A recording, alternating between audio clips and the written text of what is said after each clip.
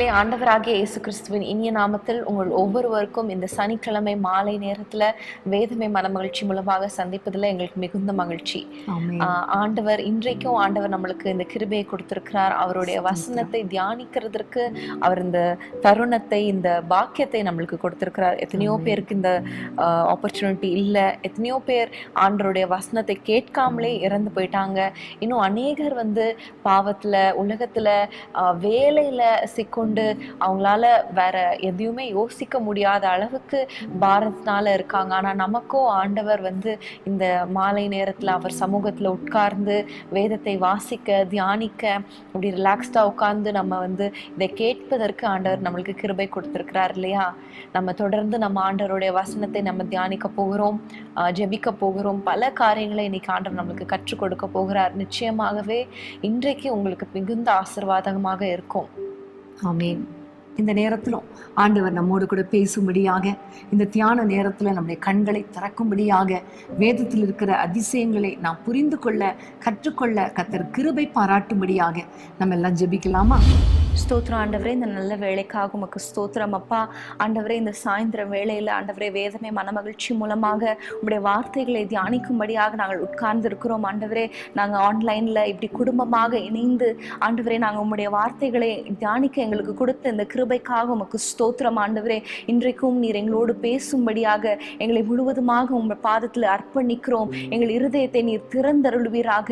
உங்களுடைய வார்த்தைகள் எல்லாம் ஆண்டவரை 7 தரம் புடமிட்ட ஆண்டவரை சுத்த வெள்ளிக்கோப்பா இருக்கிறதே, அந்த வார்த்தைகளை கொண்டு எங்களோடு இடைப்படுவீராக அப்பா. நீர் எங்கள் வாழ்க்கையில மாற்ற வேண்டிய காரியங்கள், நாங்கள் திருந்த வேண்டிய காரியங்கள் ஆண்டவரே நீர் எங்களுக்கு உணர்த்தும்படியாக நாங்கள் ஜெபிக்கிறோம். உடைய பாதத்துல எங்களை முழுவதுமாய் ஒப்படைக்கிறோம்.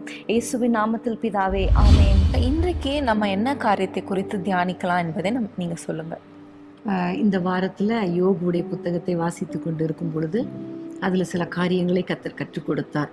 ஸோ யோபு எவ்வளவு உபத்திரவங்கள் வழியாக அவன் கடந்து போனான் என்பது நம்ம எல்லாருக்குமே தெரியும். நிறைய பேர் சொல்லுவாங்க, யோபுவோட நான் பயங்கரமா பிரச்சனையில மாட்டியிருக்கப்பான்னு சொல்லுவாங்க. ஸோ உண்மையிலே நம்முடைய பிரச்சனைலாம் எதுவுமே ஒன்றும் கிடையாது. ஆனா யோபுடைய பிரச்சனை பயங்கரமான உபத்திரவம், போராட்டம். ஓகே, ஆனாலும் இன்னைக்கு இருக்கிற பிரச்சனை அவரவருக்கு போராட்டம் தான். அதே மாதிரி ஃபினான்ஷியலி பயங்கர பிரச்சனை, பிள்ளைகள் வாழ்க்கையில என்றைக்கும் இல்லாத அளவுக்கு ஒரு வித்தியாசமான கஷ்டங்கள், ஆசீர்வாத தடைகள், பலவீனங்கள், இவற்றின் வழியாக கடந்து போகிறோம். அப்போ யோபுடைய புத்தகத்தை படித்த பொழுது யோபுடைய வார்த்தைகள், அவனுடைய சூழ்நிலை மத்தியில, உபத்திரவத்தின் மத்தியில, போராட்டத்தின் மத்தியில எப்படிப்பட்ட வார்த்தைகளை அவர் பேசினார் என்பதை இன்னைக்கு தியானிக்கலாம் என்று நான் நினைக்கிறேன். ஏனென்றால் அது நம்முடைய சிச்சுவேஷனுக்கும் ஏற்றதா இருக்கும், நமக்கும் அது ஒரு சந்தோஷமாக நம்மை உற்சாகப்படுத்துகிறதாக இருக்கும். கண்டிப்பாக போராட்டங்கள் வழியாக நம்ம கடந்து போகும்போது நம்மை அறியாமலேயே பல காரியங்களை நம்ம பேசி விடுகிறோம். சாத்தான் அந்த போராட்டங்களை கொண்டு நம்முடைய விசுவாசத்தை வழிவிலக செய்கிறான். மாத்திரமல்ல, தேவையில்லாத வார்த்தைகள், அவிசுவாச வார்த்தைகளை நம்ம பேசும்படியான சூழ்நிலைகள் ஏற்படும் போது நம்ம ஆண்டவரை, ஆவியானவரை துக்கப்படுத்துகிற அநேக சூழ்நிலைகள் வழியாக நம்ம போய் கொண்டிருக்கிறோம். இந்த சூழ்நிலையில தான் யோபு எப்படி பேசினார் என்பதை வைத்து நம்ம நாமும் எப்படி பேசணும் என்பதை நம்ம கற்றுக்கொள்ள போகிறோம். உண்மையிலே ஒவ்வொரு முறையும் இந்த வேதமே மனமகிழ்ச்சிக்காக நில்லாட்டாலும் எங்களுடைய தனிப்பட்ட வாழ்க்கையில, தனிப்பட்ட வேத தியானத்தின் வேளையில கர்த்தர் வித்தியாசமாக, ஆச்சரியமாக நிறைய காரியங்களை கற்றுக் கொடுப்பது எங்களுக்கு ரொம்ப சந்தோஷமாக இருக்கிறது. அதை உங்களோடு கூட பகிர்ந்து கொள்வது இன்னும் கொஞ்சம் சந்தோஷமா இருக்குது. ஸோ இன்னைக்கு நம்ம சந்தோஷமாக இந்த தியான வேளைக்குள்ள நம்ம கடந்து போகலாம். ஸோ இன்றைக்கு நம்ம எதை குறித்து தியானிக்க போகிறோம் என்றால், யோபு, அதாவது பாடுகள் மத்தியில யோபுடைய வார்த்தைகளை குறித்து நம்ம தியானிக்க போகிறோம். யோபுடைய புஸ்தகத்துல 42 அதிகாரங்கள் இருக்கிறது, நம்ம எல்லாருக்கும் தெரியும். யோபுடைய புஸ்தகத்துல நிறைய பேர் பேசியிருக்கிறாங்க. யோபு பேசியிருக்கிறார், சாத்தானுடைய வார்த்தைகள் இருக்கிறது, தேவனுடைய வார்த்தைகள் இருக்கிறது, யோபுடைய மனைவியோட வார்த்தைகள் இருக்கிறது, யோபுடைய சிநேகிதருடைய வார்த்தைகளும் இருக்கிறது. ஸோ இன்னைக்கு நம்ம என்ன தியானிக்க போகிறோம் என்று சொன்னால், அம்மா சொன்னது போல யோபுடைய வார்த்தைகள், அதாவது பாடுகள் மத்தியில அவர் என்னென்ன மாதிரியான வார்த்தைகளை பேசினார், அது அவருடைய ஆவிக்குரிய வாழ்க்கைக்கு எப்படி ஆசீர்வாதமாக முடிந்தது என்பதை நம்ம பார்க்க போகிறோம். நம்ம வாழ்க்கையில கூட அநேக நேரத்துல யோபுடைய கஷ்டங்கள் மாதிரி எல்லா பக்கத்திலும் நெருக்கப்படுகிறது போலதான் இருக்கும். ஸோ இதுல நம்ம நிறைய காரியங்களை நம்ம கற்றுக்கொள்ளலாம்.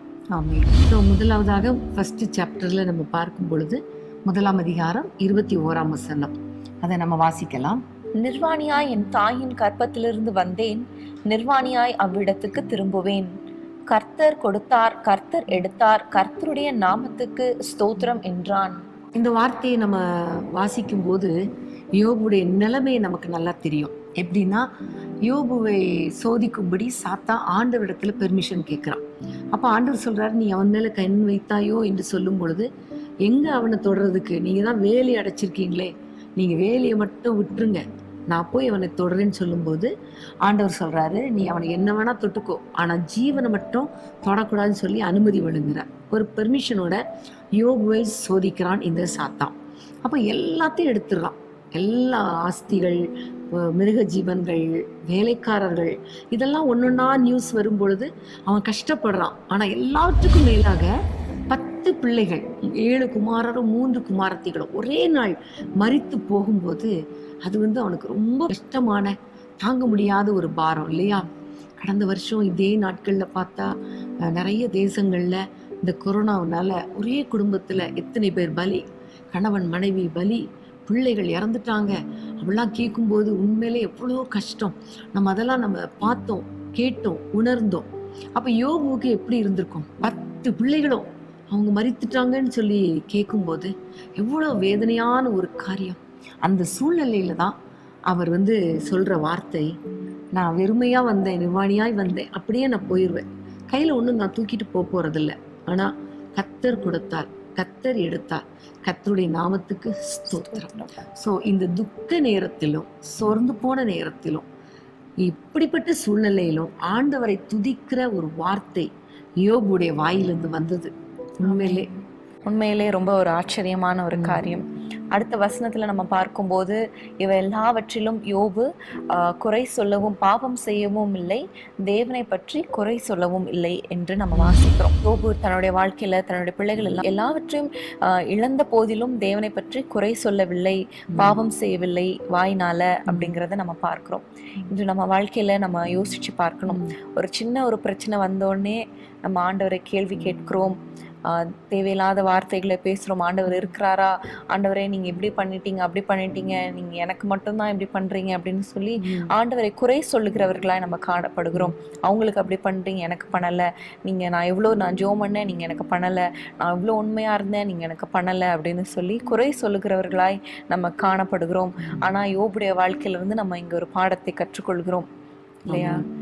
உண்மையிலே ரொம்ப ஆச்சரியமான ஒரு காரியம். இன்னைக்கு பிரியமானவர்களே, நீங்க கண்டிப்பா இந்த காரியத்துல இருந்து எந்த சூழ்நிலையிலும் ஆண்டவரை துதிக்க கற்றுக்கொள்ளணும். தாவீது கூட சொல்லும் பொழுது, கர்த்தரை நான் எக்காலத்திலும் ஸ்தோத்திரிப்பேன், அவர் துதி எப்பொழுதும் என் நாவில் இருக்கும் என்று சொல்லுகிறார். அந்த 34ஆம் சங்கீதத்துல நம்ம இப்படி சொல்லுகிற வசனம் எழுதப்பட்டிருக்கிறது. ஆனா சூழ்நிலை பார்த்தா முற்றிலும் பயங்கரமான ஒரு சூழ்நிலை தான். அதனால இந்த வசனத்திலிருந்து, யோபுடைய வார்த்தையிலிருந்து நாம் அறிந்து கொள்ளுகிற ஒரு காரியம், எல்லா சூழ்நிலையிலும் ஆண்டவரை துதிக்க நாம் கற்றுக்கொள்ள வேண்டும். நம்ம இப்போ தியானிக்கிற காரியங்கள் எல்லாமே எல்லாருக்கும் தெரிந்ததா இருந்தாலும் நம்ம அநேக நேரத்தில் இந்த எல்லா சின்ன சின்ன காரியங்களை கூட நம்ம மிஸ்டேக் பண்ணுகிறது உண்டு. ஏன்னா நம்மளுடைய பாரங்கள், நம்மளுடைய வேதனைகள், நம்மளோட போராட்டங்கள் அதிகமாக இருக்கிற இந்த சூழ்நிலையில் சாத்தான் நம்மளை அப்படி பேச வைக்கிறது உண்டு. நம்ம அறியாமலே நம்ம ஆண்டவரை கேள்வி கேட்கிறது உண்டு. இன்றைக்கு நம்ம ஆண்டவர்கிட்ட அர்ப்பணிக்கணும். என்னோட வாயிலிருந்து தேவையில்லாத வார்த்தைகள், ஆண்டவரை குறை சொல்லுகிற வார்த்தைகள், பிறரோடு நம்மை கம்பேர் பண்ணுகிற காரியங்கள் நம்ம பேசக்கூடாது என்று சொல்லி, யோபு எப்படி எல்லாவற்றிலும் யோபு பாவம் செய்யவும் இல்லை, தேவனை பற்றி குறை சொல்லவும் இல்லை என்ற அந்த வார்த்தையின்படி நம்ம நடக்கணும். இதே போல நம்மையும் குறித்து எல்லாவற்றிலும், எல்லா துன்பங்களிலும், எல்லா போராட்டங்களிலும், எல்லா சோதனைகளிலும், நம்ம எந்த ஒரு காரியத்திலும் நம்ம நாவினால, வாயினால பாவம் செய்யக்கூடாது என்கின்ற அந்த உறுதியை நம்ம எடுக்கணும். இப்போ நம்ம ஒரு காரியமா பேசுறோம், ரொம்ப டீட்டெயில்டா ஒரு சாப்டர் வைஸ் சாப்டரா நிறைய காரியங்கள் நம்ம எடுக்க போறதில்லை. யோபு நிறைய காரியங்களை பேசி இருக்கிறார். ஆனா கொஞ்சம் செலக்டடா சில வார்த்தைகளை மட்டும் நம்ம தியானிக்க போகிறோம். அதனால் நீங்கள் முடிஞ்சதுக்கப்புறம் அதை சொல்லலை இதை சொல்லலைன்னு யோசிக்காதீங்க. ஆனால் நீங்கள் ஒரு முறை திரும்ப இதே நோக்கத்தோடு திரும்ப நீங்க வாசித்து பார்க்கும் பொழுது இதை விட நிறைய காரியங்கள் கர்த்தர் உங்களுக்கு வெளிப்படுத்துவார். அதையும் நீங்க எழுதி வைத்துக் கொள்ளுங்கள். சரியா? இப்போ நம்ம வேதத்தை திருப்பிக் கொள்ளலாம். யோபு 7ஆம் அதிகாரம் 17, 18ஆம் வசனங்கள். இடையில நிறைய காரியங்கள் அவர் பேசியிருப்பாரு, நிறைய காரியங்கள் ஃப்ரெண்ட்ஸ் பேசியிருப்பாங்க. ஸோ சில காரியங்கள் இப்போ நம்ம 17, 18 நம்ம வாசிக்கலாம். மனுஷனை நீர் ஒரு பொருட்டாக எண்ணுவதற்கும் அவன் மேல் சிந்தை வைக்கிறதற்கும் காலைதோறும் அவனை விசாரிக்கிறதற்கும் நிமிஷந்தோறும் அவனை சோதிக்கிறதற்கும் அவன் எம்மாத்திரம். இந்த வசனங்கள்ல இருந்து நம்ம அறிந்து கொள்கிற காரியம் என்னன்னா, எவ்வளவு பாடுகள் இருந்தாலும், எவ்வளவு சஞ்சலங்கள், எவ்வளவு கஷ்டங்கள், எவ்வளவு மனபாரங்கள் இருந்தாலும் ஆண்டவரை குறித்து ஆண்டவருடைய அன்பை அவர் அறிந்திருக்கிறார். ஆண்டவர் எவ்வளவு பெரியவர், நான் ஒரு மனுஷன், நான் எவ்வளவு எம்மாத்திரம், ஆண்டவர் என்னை நினைப்பதற்கும் நினைவு கூறுவதற்கும் என் மேல் கண்ணை வைத்து விசாரிக்கிறதற்கு நான் எம்மாத்திரம் என்கின்ற அந்த உணர்வை அவர் உடையவராயிருக்கிறார். ஆண்டவருடைய அன்பை அறிந்த ஒரு மனிதனாக அங்க காணப்படுகிறார். போராட்டங்கள் மத்தியிலும் நான் எம்மாத்திரம்னு சொல்லும் பொழுது தன்னை தாழ்த்துகிற ஒரு அனுபவத்தை நம்ம பார்க்கிறோம். இவ்வளோ அன்பு கூறுவதற்கு, காலைதோறும் என்னை விசாரிப்பதற்கு, நிமிஷந்தோறும் என்னை விசாரிப்பதற்கு நான் எம்மாத்திரம் ஆண்டவரை, ஒண்ணுமே இல்லையே, ஆனாலும் உடைய கிருபை அல்லவா என்று ஆண்டவரை துதிக்கிறத நம்ம பார்க்கிறோம். ஆமேன். உபாகமம் 11ஆம் அதிகாரத்துல ஒரு வசனம் இருக்கும், வருஷத்தின் துவக்கம் முதல் முடிவு வரைக்கும் அவருடைய கண்கள் நம்மேல் நோக்கமா இருக்கிறது அப்படின்னு சொல்லி அது விசாரிக்கிற தேசம் என்று சொல்லப்பட்டிருக்கோம். அது மாத்திரமல்ல, தாவீது சொல்லுவார், என்னை நீங்க நினைப்பதற்கு நான் எம்மாத்திரம் ஆண்டவரே, இம்மட்டும் என்னை கொண்டு வந்ததற்கு, நான் தகப்பன் வீட்டுல சிறியவன், ஆனா என்னை இவ்வளோ தூரம் நீங்க கொண்டு வந்ததற்கு எம்மாத்திரம் ஆண்டவரே என்று சொல்லி அவர் கூட தன்னை தாழ்த்துகிறத நம்ம 2 சாமுவேல்ல நம்ம பார்க்கிறோம். யாக்கோபு கூட யாப்போக்கு நதியில அவர் சொல்லுவார் ஆண்டவரை பார்த்து, நான் கோலும் தடியுமாய் வந்தேன், ஆனா எனக்கு 2 பரிவாரங்களை உடைய ஆசீர்வாத உடையவனாய் என்னை மாற்றினீர், இதற்கு நான் எம்மாத்திரம் என்று அவர் சொல்லுகிறதை நம்ம பார்க்கிறோம். இப்படி தேவ மனிதர்கள் எல்லாம் ஆசீர்வதிக்கப்படுகிறதற்கு மேன்மைக்கு முன் தாழ்மை என்ற அந்த வசனத்தின்படி அவங்க எல்லாரும் தாழ்த்தி ஆண்டவருடைய ஆசீர்வாதத்தை, அன்பை, கிருபையை பெற்றுக்கொண்டாங்க என்பதுல ஒரு சந்தேகமும் இல்லை. ஆமென். இதுல இன்னொரு காரியம் கிளியரா தெரியுது என்னன்னா, இந்த 2 வசனமும் பார்த்தீங்கன்னா சங்கீதம் 8ஆம் சங்கீதத்துல எழுதப்பட்டு இருக்கிறது. தாவீது பல வருடங்களுக்கு முன்பு, யோபுவுக்கு முன்பாக எழுதப்பட்ட ஒரு வசனம். ஸோ இவர் வசனங்களை தெரிந்து வைத்திருக்கிறார். தாவீதுடைய சங்கீதத்தெல்லாம் தெரிஞ்சு வச்சு தன்னுடைய வாழ்க்கையில அதை அப்ளை பண்ணி, உண்மைதானே, அவர் மட்டுமா சொல்றாரு, நானும் சொல்றேன்னு சொல்லி சொல்றதை நம்ம பார்க்கிறோம். ஸோ வசனங்களை வாசிக்கும் போது அதை நம்முடைய வாழ்க்கையோடு கூட பொருத்தி பார்க்கணும். நம்முடைய ஆண்டவர் எப்படிப்பட்டவர், வசனம் என்ன சொல்லுகிறது, என் வாழ்க்கைக்கு அவர் எப்படி இருக்கிறார் அப்படிங்கிற வார்த்தைகளை கன்ஃபஸ் பண்ணும்போது கண்டிப்பா ஆண்டவருடைய ஆசீர்வாதம் நம்ம மேலே இறங்கும். இந்த காரியத்துல இருந்து நம்ம அறிந்து கொள்கிற காரியம் என்னன்னா, பாடுகள் மத்தியில தாழ்த்துகிறது, ஆண்டவருடைய அன்பை பெரிதாக பேசுகிறது. ஆனா அநேக சமயத்துல பாடுகள் மத்தியில நான் அவ்வளோ பண்ணேனே, நான் உபவாசிச்சேனே, நான் ஒரு நாள் கூட நான் சண்டே மிஸ் பண்ணதில்லையே, ஒரு நாள் கூட நான் பைபிள் வாசிக்காம இருந்ததில்லையே, எத்தனையோ பேருக்கு ஆண்டவரே உண்மை பற்றி நான் சொன்னேனே, எவ்வளோ ஊழியம் செய்யறேனே, நான் அப்படி செய்யறேனே, இப்படி செய்யறேனே அப்படின்னு நம்ம பெரிதாக சொல்லிக் கொள்கிற காரியங்கள் அநேக நேரத்துல காணப்படுகிறது. ஆனால் இங்க யோபு சொல்லுகிறார், நான் எம்மாத்திரம், நான் எம்மாத்திரம். சோ அப்படிப்பட்ட ஒரு தாழ்மையை ஆண்டவர் நம்ம கிட்ட எதிர்பார்க்கிறார். ஆமென். கர்த்தருக்கு ஸ்தோத்திரம். அடுத்ததாக நம்ம பார்க்க போற காரியம் யோபு 9ஆம் அதிகாரம் 10ஆம் வசனம். ஆராய்ந்து முடியாத பெரிய காரியங்களையும் எண்ணி முடியாத அதிசயங்களையும் அவர் செய்கிறார். ஆமென். இது உண்மையிலே எப்படிப்பட்ட சூழ்நிலை, ஆனா அவர் ஆண்டவரை பத்தி சொல்றார், அவர் ஆராய்ந்து முடியாத பெரிய காரியங்களை செய்கிறவர். உண்மையிலே சொல்லணும்னா அந்த சூழ்நிலை ஆராய்ந்து முடியாத பெரிய வேதனைகளை, எண்ணி முடியாத கஷ்டங்களை அவர் செஞ்சுட்டார் அப்படின்னு தான் சொல்லி இருக்கிற சூழ்நிலை.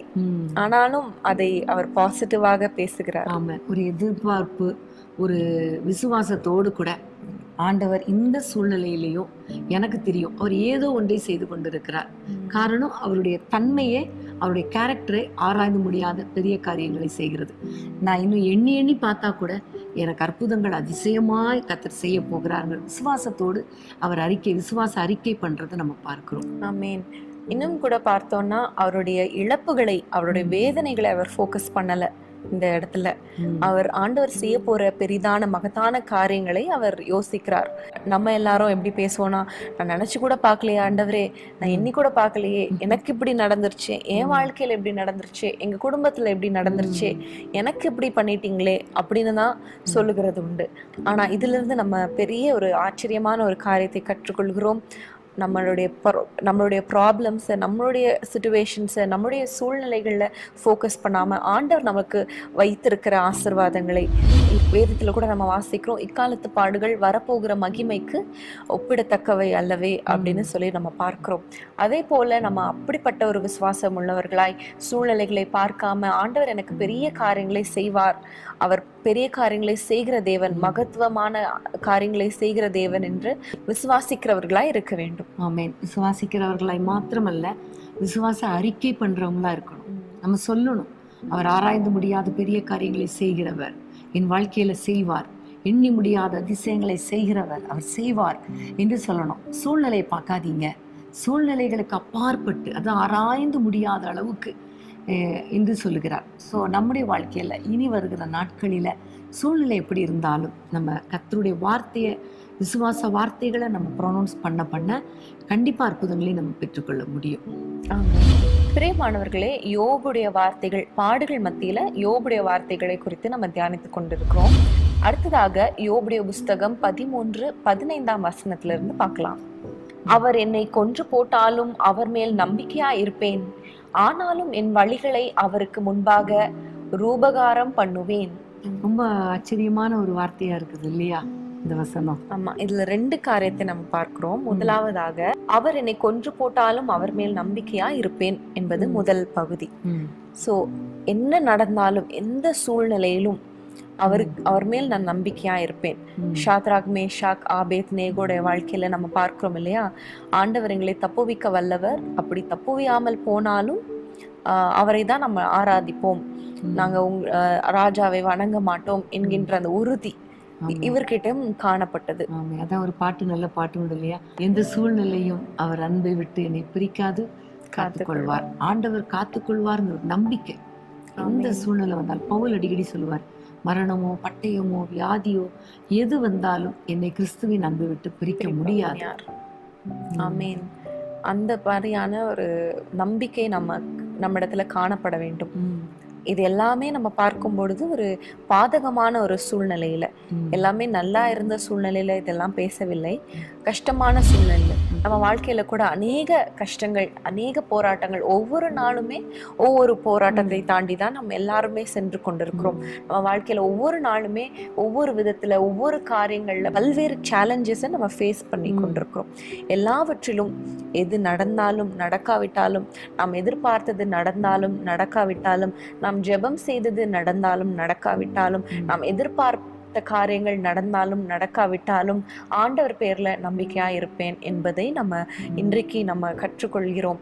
அதை நம்ம அந்த உறுதி எடுக்கணும் இல்லையா? ஆமா, சூழ்நிலை இன்னும் ஒஸ்டா மாறினா கூட இருக்குதோ இல்லையோங்கிற மட்டும் இல்ல, கொஞ்சம் போட்டாலும் தப்புவிக்காமல் போனாலும், சூழ்நிலை எவ்வளவு ஒஸ்டா போனாலும் எனக்கு ஒண்ணு தெரியும், நான் ஆண்டவர் மேல நம்பிக்கையா இருப்பேன். அடுத்த பகுதி, இந்த வசனத்தின் அடுத்த பகுதி நம்ம வாசிக்கலாம். ஆனாலும் என் வழிகளை அவருக்கு முன்பாக ரூபகாரம் பண்ணுவேன். அதாவது ஆங்கிலத்துல மெயின்டைன் மை ஓன் வேஸ் அப்படின்னு போட்டிருக்கு. இதற்கான விளக்குறை என்னன்னு பார்த்தோம் அப்படின்னா, அநேக நேரத்துல நம்ம ஆண்டவர் இடத்துல போய் ஆர்கியூ பண்ணுவோம், ஆண்டவர் இடத்துல கோபப்படுவோம், ஆண்டவர் இடத்துல பயங்கரமா சண்டை போடுவோம். ஸோ அதையெல்லாம் அடக்கி கொண்டு அந்த நம்ம காரியங்கள், நம்மளுடைய எல்லாவற்றையும், நம்ம சுயத்தை எல்லாவற்றையும் அவருக்கு முன்பாக சமர்ப்பித்து, ஆண்டவருக்கு ஏற்ற ஒரு மனிதனாக, ஒரு மகளாக, நம்மளுடைய துக்கங்கள், வேதனைகள், சஞ்சலங்கள் நம்ம இருதயத்துல அப்படி பொங்கி கொண்டு இருந்தாலும் ஆண்டவர் சமூகத்துல, ஆண்டவரே நான் உன் மேல நம்பிக்கையா இருக்கேன், உங்க மேல நம்பிக்கையா இருக்கேன் அப்படின்னு சொல்லி முழுமையாக தாழ்த்தி ஒப்பு கொடுத்து அவர் சமூகத்துல நம்மளை அர்ப்பணிக்கிறதற்கு அடையாளமாக காணப்படுது. சிலர் வழிகளை விட்டுட்டே வெளியே போயிடுவாங்க, ஆண்டவருடைய பாதையை விட்டுட்டு. பைபிள் வாசித்து என்ன பண்றதுன்னு பைபிள் வாசிக்கிறது இல்லை, ஜெபம் பண்றது இல்லை, கர்த்தருடைய வார்த்தைக்கு கீழ்ப்படிறது இல்லை, பரிசுத்தமா வாழ்றது இல்லை. இவர் சொல்றாரு, கொன்று போட்டாலும் நம்பிக்கையா இருப்பேன், என்னுடைய வழிகளை கரெக்டா மெயின்டைன் பண்ணுவேன், அப்படியே உமக்கு பிரியமானபடி வாழ்வேன்னு சொல்றதா இது அர்த்தம். ஸோ ஒவ்வொரு சூழ்நிலையிலும் எப்படிப்பட்ட சூழ்நிலை வந்தாலும், இருக்கிறதுலே பயங்கர ஒர்ஸ்ட் சிச்சுவேஷனாக இருந்தாலும் ஆண்டவர் மேல நம்பிக்கை ஒரு பக்கம், அவருடைய வழிகளில் கரெக்டாக நம்ம நடக்கணும். அதை மட்டும் நம்ம மெயின்டைன் பண்ணோம்னா கர்த்தருடைய ஆசீர்வாதத்தை கண்டிப்பாக ஒரு நாள் நாம் பெற்றுக்கொள்வோம். அடுத்ததாக ஒரு வசனத்தை பார்க்கலாமா? யோபு 19ஆம் அதிகாரத்துக்கு நீங்கள் திருப்பிக் கொள்ளுங்கள். 25, 26, 27 வசனங்கள் வாசிக்கலாமா? என் மீட்பர் உயிரோடு இருக்கிறார் என்றும் அவர் கடைசி நாளில் பூமியின் மேல் நிற்பார் என்றும் நான் அறிந்திருக்கிறேன். இந்த என் தோல் முதலானவைகள் அழுகி போன பின்பு நான் என் மாம்சத்தில் இருந்து தேவனை பார்ப்பேன். அவரை நானே பார்ப்பேன், அந்நிய கண்கள் அல்ல, என் கண்களே அவரை காணும். இந்த வாஞ்சையால் என் உள்ளந்தெரியங்கள் எனக்குள் சோர்ந்து போகிறது. இந்த அருமையான வார்த்தைகள் ஆண்டவரை பார்த்து சொல்கிறார், என் மீட்பர் உயிரோடு இருக்கிறார். எந்த சூழ்நிலை வந்தாலும் ஒன்று தெரியும், அவர் உயிரோடு இருக்கிறபடினால என்னை பாதுகாத்து கொள்வார். அது மாத்திரமல்ல, அவருக்கு ரொம்ப பலவீனம் வந்தது, எல்லா தோல்லாம் ரொம்ப வேதனைப்படுத்தி கொப்பளங்கள் வந்ததுனால ஒரு ஓடு எடுத்து சுரண்டிட்டு இருந்தாருன்னு சொல்றாங்க. எவ்வளவு வேதனையான காரியம். அப்போ சொல்றாரு, இந்த தோல்லாம் அழுகி போனா கூட எனக்கு தெரியும், என் மாம்சத்துல நான் அவரை பார்ப்பேன், அவரை கண்டிப்பா நான் பார்ப்பேன். அவர் என்னை விட்டு எங்கேயும் போல, ஏன்னா அவர் ஜீவனோடு இருக்கிறார், உயிரோடு இருக்கிறார், அது என்னுடைய கண்களே காணும் என்று சொல்லி அப்படிப்பட்ட ஒரு விசுவாச அறிக்கை பேசுறத நம்ம பார்க்கிறோம். ரொம்ப ஆச்சரியமா இருக்கிறது. இந்த வார்த்தையை கூட நம்ம அடிக்கடி பாப்பா சொல்றதை நம்ம கேட்டிருப்போம், என் மீட்பர் உயிரோடு இருக்கிறார் என்று சொல்லி. அதே கூட அநேகர் அதை அவங்களுடைய வாழ்க்கையிலையும் அதை சொல்ல ப்ராக்டிஸ் பண்ணி அநேக அற்புதங்களை நான் பார்த்திருக்கிறோம் என்று அவங்க சாட்சி சொல்கிறத நம்ம கேட்டிருக்கிறோம். நிறைய பேர் சொல்லுவாங்க, பிரதர் சொல்ற மாதிரி நாங்கள் கைகளை உயர்த்தி என் மீட்பர் உயிரோடு இருக்கிறார் அப்படி ஒரு 10 முறை சொல்லிட்டாலே எங்களுக்குள்ள ஒரு தைரியம் வந்துடும் அப்படின்னு எங்களுக்கு மெசேஜ் அனுப்பியிருக்காங்க. ஃபோனில் கூட நிறைய பேர் பேசி இருக்கிறாங்க. உண்மையிலே இது ரொம்ப முக்கியமான காரியம். ஆண்டவர் உயிரோடு இருக்கிறார். நம்ம எல்லாருக்கும் தெரியும், மார்ட்டின் லூத்தர் ஒரு முறை ரொம்ப வேதனையோடு சோர்ந்து போய் இருந்தாராம். அப்பொழுது அவருடைய மனைவி பார்த்திருக்காங்க, இப்படி சோர்ந்து போய் நான் பார்த்ததே இல்லையே இவரை என்று வேதனையோடு கூட இருந்திருக்கிறார். அப்போ என்ன பிரச்சனை என்று கேட்கும்பொழுது அவர் ரொம்ப சோகமா சில பிரச்சனைகளை சொல்லி இருக்கிறார். திடீரென்று இவங்க என்ன செஞ்சிருக்காங்க, உள்ள போய் ரூமில் போய் ஒரு பிளாக் ட்ரெஸ் போட்டுட்டு வந்திருக்காங்க. ஏன்னா வெளிநாடுகளில் ஒரு ஃபியூனரல் சர்வீஸ்க்கு போகும்போது அல்லது இறந்தவர்களை பார்க்க செல்லும் பொழுது தான் அந்த பிளாக் ட்ரெஸ் போட்டுட்டு போவது வழக்கம். ஆகவே இவங்களும் கருப்பு கலரில் அந்த ட்ரெஸ்ஸை உடுத்திட்டு வெளியே வந்திருக்காங்க. வெளியே வரும்பொழுது மார்ட்டின் லூத்தர் பார்த்துருக்காரு, எங்கே போறா இவ இந்த பிளாக் ட்ரெஸ் போட்டுட்டு, யாரோ மரித்து போனார்களோ என்கிற ஒரு எண்ணம் அவருக்கு வந்து உடனே கேட்டிருக்கிறார், யார் மரித்து போனது என்று கேட்டிருக்கிறார். உடனே அவங்க மனைவி சொல்லியிருக்கிறாங்க, ஜீசஸ் கிரைஸ்ட் மரித்து போனார் என்று சொல்லியிருக்கிறாங்க. உடனே இவர் கேட்டிருக்காரு, ஜீசஸ் கிரைஸ்ட் மரித்து போனாரா? என்ன நீ சொல்ற, பைத்தியக்காரி மாதிரி பேசுகிறாயே, என் மீட்பர் உயிரோடு இருக்கிறார் அல்லவா, அவர் ஜீவிக்கிறாரே, அது எப்படி மரித்து போவார் என்று சொன்ன உடனே அவங்க மனைவி சொன்னாங்களாம், இயேசு கிறிஸ்து உயிரோடு இருக்கிறார்னா நீங்க ஏன் கவலைப்படணும், அவர் மரித்து போனாதானே இவ்வளவு வேதனையா இருக்கணும், நீங்க ஏன் இவ்வளவு வேதனையா இருக்கிறீங்க, உங்களுடைய சோகத்தை பார்த்தா அவர் மரித்து போய் விட்டார் போல என்று நினைத்துதான் நான் பிளாக் ட்ரெஸ் போட்டுட்டு வந்தேன் என்று சொன்னாராம். அதை சொன்ன உடனே அவர் உடனே எழும்பிட்டாராம் அந்த துக்கத்துல இருந்து. உண்மைதான், என் மீட்பர் உயிரோடு இருக்கும் பொழுது நான் ஏன் துக்கத்துல இருக்கணும் இல்லையா? அப்ப இது ஒரு உண்மை சம்பவம். இன்னைக்கு நம்முடைய வாழ்க்கையிலையும் எந்த சூழ்நிலை வந்தாலும், துக்கமான சூழ்நிலை வரலாம், பெரிய இழப்புகள் வரலாம், ஆனா ஒண்ணு சொல்லணும், என் மீட்பர் உயிரோடு இருக்கிறார், நிச்சயமா நான் அவரை பார்ப்பேன், அவர் எனக்கு அற்புதங்களை செய்வார் என்று ஒரு தைரியமாய் விசுவாச அறிக்கை சொல்லணும். ஆமென்.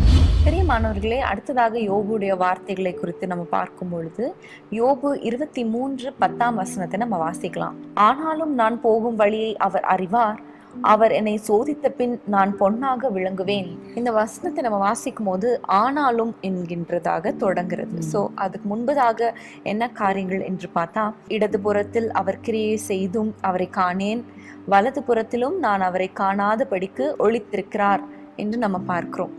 ஸோ எந்த இடத்துலையும் ஆண்டவரே நீங்க எங்க இருக்கிறீங்கன்னு எனக்கு தெரியல. அநேக சமயங்கள்ல நம்மளுடைய வாழ்க்கையில கூட ஆண்டவரே நீங்க இருக்கிறீங்களா, என் ஜெபத்தை கேட்கிறீங்களா, என் கண்ணீரை பார்க்கிறீங்களா, என் சிறுமையை பார்க்கிறீங்களான்னு சொல்லி நம்ம கூட ஜெபிப்பது உண்டு. அந்த சமயத்துல அவர் சொல்லுகிறார், நான் போகிற வழியை அவர் அறிந்திருக்கிறார், என்னை அவர் சோதித்த பின் நான் பொன்னாக விளங்குவேன். ஹல்லேலூயா. நம்முடைய வாழ்க்கையில கூட அந்த உறுதி வேணும். ஆண்டவர் நம்மை பார்த்து கொண்டே இருக்கிறார். நம்ம போகிற வழியை அவர் அறிந்திருக்கிறார். நம்ம படுகிற கஷ்டங்களை அவர் அறிந்திருக்கிறார். நான் அவர் சோதித்த பின் நான் பொன்னாக விளங்குவேன் என்று சொல்லி எதற்காக சோதிக்கிறார், என் பொன்னை எதற்காக சோதிக்கிறாங்க என்று பார்த்தால், அந்த பொன் என்பது மண்ணிலிருந்து எடுக்கப்படுகிற ஒரு காரியம். நம்மை போல மனிதர்களைப் போல மண்ணிலிருந்து எடுக்கிற ஒரு காரியமாக காணப்படுகிறது. ஸோ அதில் பல்வேறு அழுக்கு இருக்கும். அந்த உலகத்தில் இருக்கிற நம்மளோட வாழ்க்கையில கூட பல்வேறு கஷ்டங்கள், பல்வேறு பாவங்கள் நம்ம இடத்துல காணப்படுகிறதா இருக்கும்.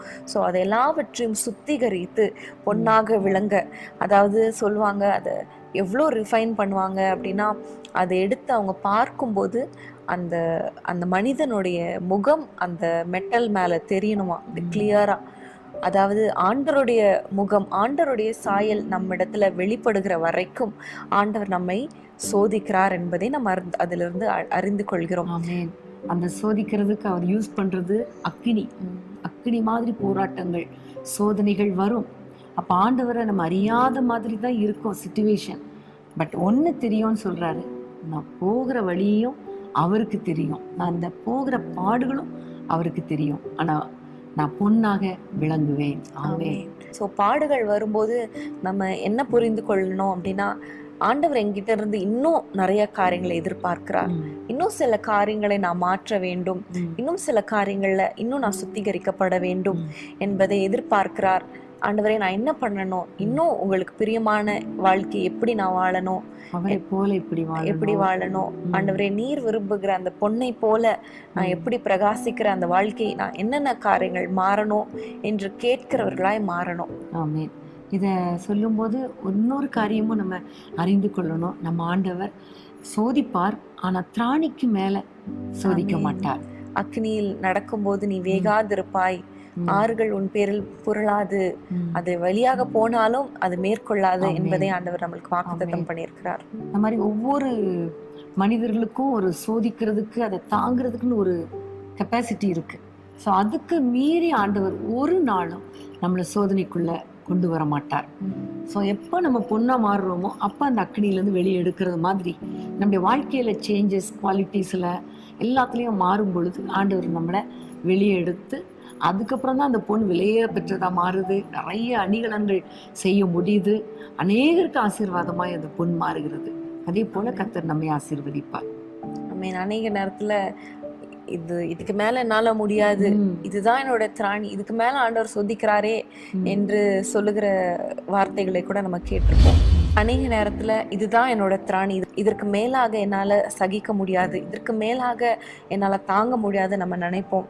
ஆனா ஆண்டவருக்கு தெரியும் நம்மளுடைய திராணி என்ன, நம்மளோட ஸ்ட்ரென்த் என்ன, எது வரைக்கும் நம்மளால நடக்க முடியும், எது வரைக்கும் நம்மளால அதை ஃபேஸ் பண்ண முடியும் ஆண்டவருக்கு தெரியும். நம்ம அநேக நேரத்துல இந்த கோட்ஸ் நம்ம வாசிச்சிருப்போம், God gives the greatest battles to the strongest அப்படின்னு சொல்லி. உங்க வாழ்க்கையில இது மாதிரி ஒரு கஷ்டம் யாருக்குமே கிடையாது அப்படின்னு நீங்க நினைக்கிறீங்களா?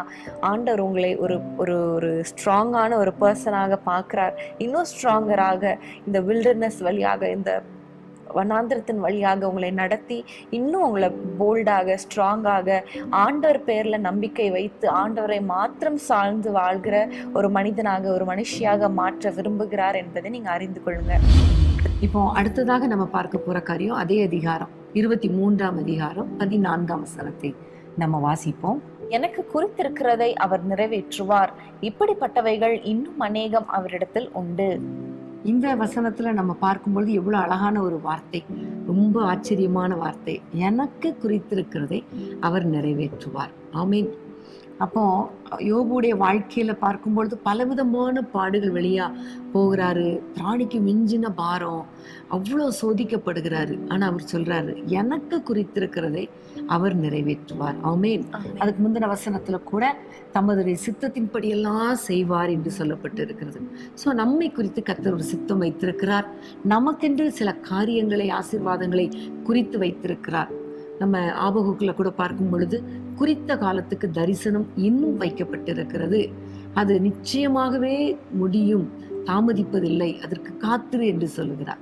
ஸோ நம்முடைய வாழ்க்கையில இன்னைக்கு இருக்கிற காரியங்கள், சூழ்நிலைகள் யோபுவை போல கஷ்டமான பாடுகள் வழியா போனாலும் ஒன்றை புரிந்து கொள்ளணும், எனக்கு என்ன குறித்து வைத்திருக்கிறாரோ அதை நிறைவேற்றுவார். எனக்கென்று என்ன கத்தர் வைத்திருக்கிறாரோ, என்ன தரிசனத்தை கத்தர் ஏற்படுத்தினாரோ, தாயின் கருவில உருவாகும் முன்னே எரேமியாவை குறித்து உன்னை நான் தீர்க்கதரிசியாய் நான் குறித்து வைத்தேன்கிறார். அப்படியே வளர்ந்து வரும்போது தீர்க்கதரிசியாய் மாறுகிறார். ஸோ குறித்தவைகள் எனக்கு நிறைவேறும். அப்போ குறித்தவைகள் நிறைவேறும் என்று சொல்லும் பொழுது அது ஒரு தரிசனம் குறித்த காலத்துக்கு வைக்கப்பட்டிருக்கிறது. குறித்த காரியங்கள் குறித்த காலத்துக்கு வைக்கப்பட்டு இருக்கிறது. அதனாலதான் பேதுருல சொல்லும் பொழுது அவர் உங்களை உயர்த்தும்படிக்கு, ஏற்ற காலத்தில் அவர் உங்களை உயர்த்தும்படிக்கு அவருடைய பலத்த கரத்துக்குள் அடங்கி இருங்கள். ஸோ இன்னைக்கு அது நடக்கலை, இது நடக்கலை, அப்படி நடக்கலை, இப்படி நடக்கலை, நம்ம இஷ்டத்துக்கு நம்ம வேலையை செய்யாம கர்த்தர் எனக்கு குறித்ததை நிறைவேற்றுவார், அது வரைக்கும் நான் காத்திருப்பேன். அவர் வைத்த நேரத்துல எதுவுமே தடைப்படாது, நிச்சயமா கர்த்தர் செய்து முடிப்பாருங்கிற நம்பிக்கையோடு கூட நம்ம காத்திருக்கணும். அந்த அழகா ஒரு வார்த்தை சொல்றாரு, இப்படிப்பட்டவைகள் இன்னும் அநேகம் உண்டு. நிறைய காரியங்களை கர்த்தர் குறித்து வைத்திருக்கிறார், இன்னும் நிறைய பிளெஸிங்ஸ். நான் எதிர்பார்க்கிறது ஒண்ணு, ஆனா கர்த்தர் எனக்கு நிறைய காரியங்களை குறித்து வைத்திருக்கிறபடியினால எல்லாவற்றையும் நிறைவேற்றுவாருங்கிற ஒரு விசுவாசத்தோடு கூட கன்ஃபஸ் பண்ணி கர்த்தருக்காக நம்ம காத்திருக்கணும். அடுத்ததாக யோபு 27:5 நம்ம ஒரு வசனத்தை வாசிக்கலாம். நீங்கள் பேசுகிறது நீதி என்று நான் ஒத்துக்கொள்வது எனக்கு தூரமாய் இருப்பதாக, என் ஆவி பிரியும் மட்டும் என் உத்தமத்தை என்னை விட்டு விலக்கேன். ரொம்ப அழகா அவர் சொல்றாரு, என் உத்தமத்தை விட்டு நான் விலக்கேன். அதாவது என்னுடைய ஆவி பிரியும் மட்டும், நான் ஜீவன் போகிற வரைக்கும் நான் உத்தமத்திலே நிலைத்திருப்பேன் என்று ஒரு தீர்மானத்தோடு அவர் பேசுகிற ஒரு வார்த்தையை நம்ம பார்க்கிறோம். ஆமென். சூழ்நிலை மோசம்தான், சொந்த மனைவியே சொல்றா, நீ ஏன் இன்னும் உத்தமத்துல நிலைத்து நிற்கிறீர், நீர் அவரை தூஷித்து விட்டு ஜீவனை விடும் அப்படின்னு சொல்றா. ஆனா இவர் சொல்றாரு, அவளை பார்த்து சொல்லுவாரு, பைத்தியக்காரி மாதிரி பேசுறியே, தேவனிடத்தில் நன்மை பெற்ற நாம் தீமை அனுபவிக்க வேண்டாமா அப்படின்னு சொல்லுவாரு. இங்க எல்லா நண்பர்களும் அவரை ரொம்ப பரிகாசம் பண்ணி, நிந்தித்து, வேதனைப்படுத்தி, அவங்க ஏதோ நல்லவங்க மாதிரியும், இவர் தப்பு பண்ணதுனாலதான் இவ்வளோ கஷ்டங்களை அனுபவிக்கிற மாதிரியும் பேசும்போது யோபு சொல்றாரு, நான் என் உத்தமத்தை விட்டு நான் பிரியவே மாட்டேன். என்னுடைய வாழ்க்கை போனாலும், என் ஜீவன் போனாலும் நான் உத்தமத்துல நிலைத்து நிற்பேன்னு சொல்றேன். ஏனென்றால் உத்தமர்களுக்கு கர்த்தர் அற்புதங்களை செய்கிறவர், உத்தமனுக்கு கர்த்தர் துணை என்று வேதத்துல பார்க்கிறோம். உத்தமமாய் நடக்கிறவர்களுக்கு கர்த்தர் நன்மையை வழங்காதிரார் என்று சங்கீதத்துல நம்ம வாசிக்கிறோம் இல்லையா? ஆபிரகாமை பார்த்து அவர் சொல்லுகிறார், நான் சர்வ வல்லமுள்ள தேவன், எனக்கு முன்பாக நீ நடந்து கொண்டு உத்தமனா இருன்னு சொல்றார். எந்த வயசுல அவர் சொல்றாரு தெரியுமா? கிட்டத்தட்ட 90 வயதுல அவர் சொல்லுகிறார், நீ இன்னும் உத்தமமா இருக்கணும்னு சொல்றார். இதுல இருந்து புரிந்து கொள்கிறது, ஆண்டவருக்கு விருப்பமான ஒரு கேரக்டர் உத்தமம், அதாவது பிளேம்லெஸ், அல்லது ஒரு உண்மையான ஒரு தன்மை, ஒரு ஃபெய்த்ஃபுல்னஸ். இப்படிப்பட்ட ஒரு குற்றம் சாட்டப்படாத ஒரு உத்தமமான தேவனை குறித்து ஒரு உண்மையான உறுதியான தன்மையை ஆண்டவர் எதிர்பார்க்கிறார். அதை புரிந்த யோபு சொல்லுகிறார், என் ஆவியை பிரிந்து போனாலும் பரவாயில்ல, வாழ்க்கையில என்ன நடந்தாலும் பரவாயில்ல, நான் உத்தமத்தை விட்டு மாத்திரம் நான் பிரிய மாட்டேன் என்று அவர் சொல்லுகிறார். உங்களுடைய வாழ்க்கையிலையும் எந்த சூழ்நிலை வந்தாலும் கர்த்தருக்கு முன்பாக உத்தமமாய் நடக்கணும். உத்தமமாய் நடக்க எனக்கு கிருபை தாங்கப்பான்னு கேளுங்க, ஆண்டவர் உங்களுக்கு கிருபை பாராட்டுவார், பலன் கொடுப்பார். உத்தமமாய் நடக்கும் பொழுது கர்த்தர் நன்மையை வழங்காமல் இருக்கவே மாட்டார். ஆமென். பிரியமானவர்களே, அடுத்ததாக என்ன வசனத்தை நம்ம தியானிக்கலாம் என்றால், யோபுடைய புஸ்தகம் 29:3-4 அப்பொழுது அவர் தீபம் என் தலையின் மேல் பிரகாசித்தது, அவர் அருளின வெளிச்சத்தினால் இருளை கடந்து போனேன், தேவனுடைய ரகசிய செயல் என் கூடாரத்தின் மேல் இருந்தது. இந்த இடத்துல நம்ம பார்க்கிறோம், அவர் அருளின வெளிச்சத்தினால் இருளை கடந்து போனேன் என்று சொல்கிறார். கண்டிப்பாக யோபுடைய வாழ்க்கை மிகுந்த இருள் அடைந்த ஒரு வாழ்க்கையாய் காணப்பட்டிருக்கிறோம். எல்லாமே இழந்த சூழ்நிலை, அவருடைய ஆஸ்திகள், ஐஸ்வர்யம், பிள்ளைகள், குடும்பம் எல்லாமே உடைந்து போய் அவருடைய வாழ்க்கையே ஒரு கேள்விக்குறியாய் இருந்த அந்த சமயத்துல அவர் சொல்லுகிறார், அவர் அருளின வெளிச்சத்தினாலே இந்த இருளை கடந்து போனேன். அப்போ அவர் எவ்வளவு ஒரு விசுவாசத்தோடு பேசுகிறார் இல்லையா? அந்த இருளான சூழ்நிலையிலும் யோபு சொல்லுகிறார், நான் அந்த இருளை கடந்து போனேன். எவ்வளவு ஒரு விசுவாசமான வார்த்தை இல்லையா? ஆண்டவருடைய வெளிச்சம் என்பது அவருடைய வசனங்களுக்கு அடையாளமா இருக்கிறது. அவருடைய வசனங்கள் என் கால்களுக்கு தீபமா இருக்கிறது என்று சொல்லுகிறார். சோ ஒரு விசுவாசமாய் சொல்லுகிறார், ஆண்டவரே உம்முடைய வார்த்தை இருக்கிறது. அவருடைய வார்த்தை இருந்தால் இந்த உலகத்தை, இந்த பாடு நிறைந்த உலகத்தை, இந்த பிரச்சனைகள் நிறைந்த உலகத்தை நான் கடந்து விடலாம், நான் கடந்து செல்வேன், கண்டு சென்று விட்டேன் என்ற ஒரு விசுவாசத்தை நம்ம அங்க பார்க்கிறோம். ஆமென். கர்த்தருக்கு ஸ்தோத்திரம். தாவீது கூட சொல்லும் பொழுது, மரண இருளின் பள்ளத்தாக்கிலே நான் நடந்தாலும் பொல்லாப்புக்கு பயப்படேன், தேவரீர் என்னோடு கூட இருக்கிறீர், உமது கோலும் உமது தடியும் என்னை தேற்றும். ஸோ அவருடைய கோலும் தடியும் சொல்லும் பொழுது வசனத்துக்கு அடையாளமா இருக்கிறது. ஒவ்வொரு சூழ்நிலையில அவர் போகும் பொழுதும் மரண இருள், அதாவது இருளான சூழ்நிலை தான். ஆனாலும் அந்த இருளான சூழ்நிலையில ஒரு வெளிச்சத்தை கர்த்தர் உதிக்க பண்ணுவார் என்கிற தைரியம், அதனால நான் கடந்து போவேன் என்கிற ஒரு நம்பிக்கையை தாவீதுக்குள்ளேயும் கர்த்தர் கொடுத்தார். இன்னும் 18ஆம் சங்கீதத்திலையும் பார்க்கும் பொழுது தாவீது சொல்லுகிறார், தேவரீர் என் விளக்கா இருக்கிறீர், உமது வெளிச்சத்தினாலே நான் இருளை கடந்து செல்லுகிறேன்னு சொல்லுகிறார். அப்போ தாவீதுடைய வாழ்க்கையும் யோபுடைய வாழ்க்கையிலும் பார்க்கும் பொழுது உபத்திரவங்கள், போராட்டங்கள் தான். ஆனாலும் ஆண்டவரை விளக்காக வைத்திருக்கிறபடியால், அவருடைய வார்த்தையை வெளிச்சமாக பிடித்திருக்கிறபடியால் அந்த இருளை கடந்து சென்றேன், கடந்து செல்வேன் என்கிற விசுவாச அறிக்கை. 2 பேருடைய விசுவாச அறிக்கையும் வித்தியாசம். அவர் சொல்லுகிறார் கடந்து போவேன் தாவீது ராஜா, இவர் சொல்லுகிறார் கடந்து போனேன். ஸோ இது ரொம்ப இன்னும் கொஞ்சம் ரொம்ப ஹை ஸ்டாண்டர்ட் ஆஃப் ஃபெய்த்னு சொல்லலாம் இல்லையா? இருள் மாறல, ஆனா கடந்து போனேன் அப்படிங்கிறார். அவர் இருள் மாறல, ஆனா கடந்து போவேன் அப்படிங்கிறார். ஸோ இன்னைக்கு நம்முடைய வாழ்க்கையிலையும் இந்த விசுவாசம் நமக்குள்ள இருக்கணும். எப்படிப்பட்ட இருள் வந்தாலும், எப்படிப்பட்ட போராட்டம் வந்தாலும், கண்ணே தெரியல, எப்படி போறதுன்னு தெரியல, ஆனா ஒண்ணு தெரியும், அவருடைய வார்த்தை இருக்கிறது, ஆண்டவர் இருக்கிறார். அந்த வெளிச்சத்தை பிடித்து கொண்டு நான் கடந்து போவேன் அல்லது கடந்து போனேன் என்று சொல்லும் பொழுது, அப்போ ஆண்டவர் விடுவாரா? நம்மள விடவே மாட்டார். நிச்சயமா இருள்ல வெளிச்சம் உதிக்கும். ஒரு இருட்டான அறையில நம்ம இருக்கும்போது நம்மளால எதுவுமே பார்க்க முடியாது, நம்ம எந்த ஒரு ஸ்டெப்பையும் எடுத்து வைக்க முடியாது. ஸோ அநேகருடைய வாழ்க்கையில கூட அவங்களுடைய வாழ்க்கை ஒரு இருளா இருக்கும், எதிர்காலமே ஒரு இருளா இருக்கும். அடுத்த ஸ்டெப் என்னால் எடுத்து வைக்க முடியாது, நான் என்ன செய்வது என்று தெரியாது, என்னோட எதிர்காலம் எப்படியா இருக்கும் எனக்கு தெரியாது, நாளை எனக்கு எப்படியா இருக்கும்னு எனக்கு தெரியாது, என்னுடைய வாழ்க்கை எனக்கு எப்படியா இருக்கும்னு தெரியாது. அப்படிப்பட்ட ஒரு இருளில் அப்படியே ஒரு இடத்துலயே அவங்க ஸ்டக்கப் ஆகி இருக்கிற ஒரு சூழ்நிலையா இருக்கும். அந்த சமயத்துல ஆண்டவருடைய வார்த்தைகளை நம்ம பேசும் பொழுது, நம்ம அதை அறிக்கை செய்து அதை விசுவாசிக்கும் போது, ஆண்டவர் நம்மளுக்கு கடந்து செல்ல, அந்த இருளை தாண்டி செல்லுகிற ஒரு வெளிச்சமாய் அவர் நம்ம வாழ்க்கையில உதிப்பார். என்னுடைய வாழ்க்கையில கூட பார்க்கும் பொழுது அநேக இருள்களை கடந்து செல்ல கர்த்தர் கிருபை பாராட்டினார். லிட்ரலா சரீரத்துல நிறைய ஆப்ரேஷன்ஸ் வரும் பொழுது ஒரு மைண்ட்ல ஒரு இருள் இருப்பது போல தோணும். ஆனா ஒண்ணு தெரியும், கர்த்தர் என் கூட இருக்கிறபடினால இந்த இருளை நான் கடந்து செல்வேன் என்று சொல்லி சொல்லி ஒவ்வொரு முறையும் கடந்து செல்ல கர்த்தர் கிருபை பாராட்டினார். உங்க வாழ்க்கையிலையும் இன்னைக்கு இருக்கிற சூழ்நிலை இருளா இருக்கலாம், ஆனா சொல்லுங்க, கர்த்தருடைய தீபத்தினால, அவர் அருளின வெளிச்சத்தினால நான் இருளை கடந்து செல்வேன், நான் கடந்து போயிட்டேன் அப்படின்னு விசுவாசத்தோடு அறிக்கை பண்ணுங்க. நிச்சயமா சீக்கிரம் இந்த இருள் மாறும், கர்த்தர் உங்களை வெளிச்சத்துல கொண்டு வருவார்.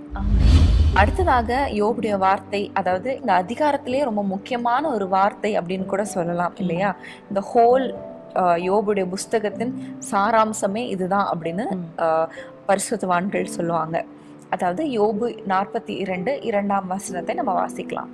தேவரீர் சகலத்தையும் செய்ய வல்லவர், நீர் செய்ய நினைத்தது தடைப்படாது என்பதை அறிந்திருக்கிறேன். அதாவது நம்மளுடைய ஆண்டவர் சகலத்தையும் செய்ய வல்லவர். He can do all things இல்லையா? அவரால் எது வேணாலும் செய்ய முடியும், அதை யாராலையும் தடுக்க முடியாது என்பதை அறிந்திருக்கிறேன் என்று சொல்லுகிறார். ஆமென். உண்மையிலே தேவனால கூடாத காரியம் ஒன்றும் கிடையாது. இவ்வளோ போராட்டங்கள் வருகிறது, எல்லாரும் இவருக்கு விரோதமா பேசுறாங்க, அப்போ பல வார்த்தைகளை யோபுவும் பேசுறார். நிறைய நேரங்கள்ல வித்தியாசமான வார்த்தைகளும் பேசுகிறாரு. எல்லாம் பேசி முடிச்சு ஆண்டவரும் நிறைய காரியங்களை பேசும்போது அவர் ஒன்றை புரிந்து கொள்றார். இவ்வளோ என்னுடைய வாழ்க்கையில எவ்வளோ பிரச்சனைகள் நடுவில் ஒன்றை நான் புரிந்து கொள்ளுகிறேன், தேவரீர் சகலத்தையும் செய்ய வல்லவர். நீ செய்ய நினைத்து தடைப்படாது. எனக்கு நன்மை செய்யறதோ தீமை செய்யறதோ எதுனாலும் உங்களால முடியும். நீங்க என்ன நினைச்சீங்களோ அது தடைப்படாது என்று சொன்ன பொழுதுதான் அந்த சூழ்நிலையில தான் பார்க்கிறோம் இவருக்கு ஒரு விடுதலை உண்டாகிறத நம்ம பார்க்கிறோம். அதை தொடர்ந்து வரும் பொழுது கம்ப்ளீட்டா விடுதலை வருகிறது. சிநேகிதருக்காக ஜெபிக்கிறாரு. ரெண்டத்தனையான பலனை அவர் பெற்றுக்கொள்ளுகிறார். இழந்த எல்லாவற்றையும் அவர் திருப்பிக் கொள்ளுகிறார். ஸோ நம்முடைய வாழ்க்கையில நம்ம இந்த சூழ்நிலை வழியாக போகும்பொழுது சொல்லணும், ஆண்டவரே நீங்க இதை அறிந்திருக்கிறீங்க, ஆண்டவரே நீங்க இதை செய்ய வல்லவங்க, எனக்கு இந்த பாதையை கடந்து செல்ல உங்களால முடியும், என்னை நடத்தி செல்ல உங்களால முடியும், நீ செய்ய நினைத்தது ஒன்றும் தடைப்படாது. அதனால்தான் அதுதான் இன்னொரு வசனத்துல கூட அவர் சொல்லுவார், கர்த்தர் செய்ய நினைத்ததை ஒன்றும் தடைப்படாது, அவரை திருப்புகிறவன் யார் என்று சொல்லப்பட்டிருக்கும். யோபுலே சொல்லப்பட்டிருக்கும். ஸோ அவ்வளோ அழகா யோபு ஆண்டவரை குறித்து அறிந்து வைத்திருக்கிறார். கஷ்ட சூழ்நிலையில இன்னைக்கு நம்ம என்ன அறிந்து வைத்திருக்கிறோம்? ஆண்டவர் ஒன்றும் செய்ய மாட்டாரு, ஆண்டவர் எனக்கெல்லாம் செய்ய மாட்டாரு, இதெல்லாம் செய்வாரா, அவரால் முடியுமா, இந்த சூழ்நிலையை மாற்ற அவரால் முடியுமா, அப்படி நம்ம நினைக்கிறோம். ஆனா தேவரீர் சகலத்தையும் செய்ய வல்லவர். இது அடிக்கடி சொல்லுங்க. ஒரு சந்தர்ப்பத்திலே பார்க்கும் பொழுது தண்ணி இல்லை வனாந்திரத்துல, அப்ப ஆண்டவர் சொல்லுகிறார், காற்றையும் காண மாட்டீங்க, மழையும் காண மாட்டீங்க, ஆனாலும் இந்த பள்ளத்தாக்கு தண்ணீரால் நிரப்பப்படும். இது கர்த்தரின் பார்வைக்கு அற்ப காரியம். ஸோ ஆண்டவருக்கு எல்லா காரியங்களும் சாதாரணமான காரியம், லைட் திங்ஸ். அப்போ எல்லாவற்றையும் அவரால் செய்ய முடியும். அவருடைய டிக்ஷனரியில செய்ய முடியாதுன்னு எதுவுமே கிடையாது. ஸோ நம்ம தான் புலம்புறோம், இதை செய்வாரா, அதை செய்வாரா, அதை செய்ய மாட்டாரான்னு சொல்லி. ஸோ இன்னைக்கு நீங்க உங்களுடைய சிச்சுவேஷன்ல ஒரே ஒரு வார்த்தை சொல்லிருங்க, தேவரீர் சகலத்தையும் செய்ய வல்லவர், நீ செய்ய நினைத்தது ஒன்றும் தடைப்படாது என்று அறிந்திருக்கிறேன்னு சொல்லுங்களேன். எல்லா பிரச்சனைகளையும் கர்த்தர் மாற்றுவார். ஆமென், ஆமென். பிரியமானவர்களே, இன்றைக்கும் யோபுடைய வார்த்தைகள், அதாவது பாடுகள் மத்தியில அவர் சென்ற அந்த இருளான சமயத்துல அவர் பேசின வார்த்தைகளை குறித்து நம்ம தியானித்து கொண்டிருக்கிறோம். இன்னும் அடுத்ததாக யோபு பேசின நெகட்டிவான வார்த்தைகள், அதாவது தீய வார்த்தைகளை குறித்து நம்ம தியானிக்க போகிறோம். அதற்கு முன்பதாக ஒரு சிறிய இடைவேளை.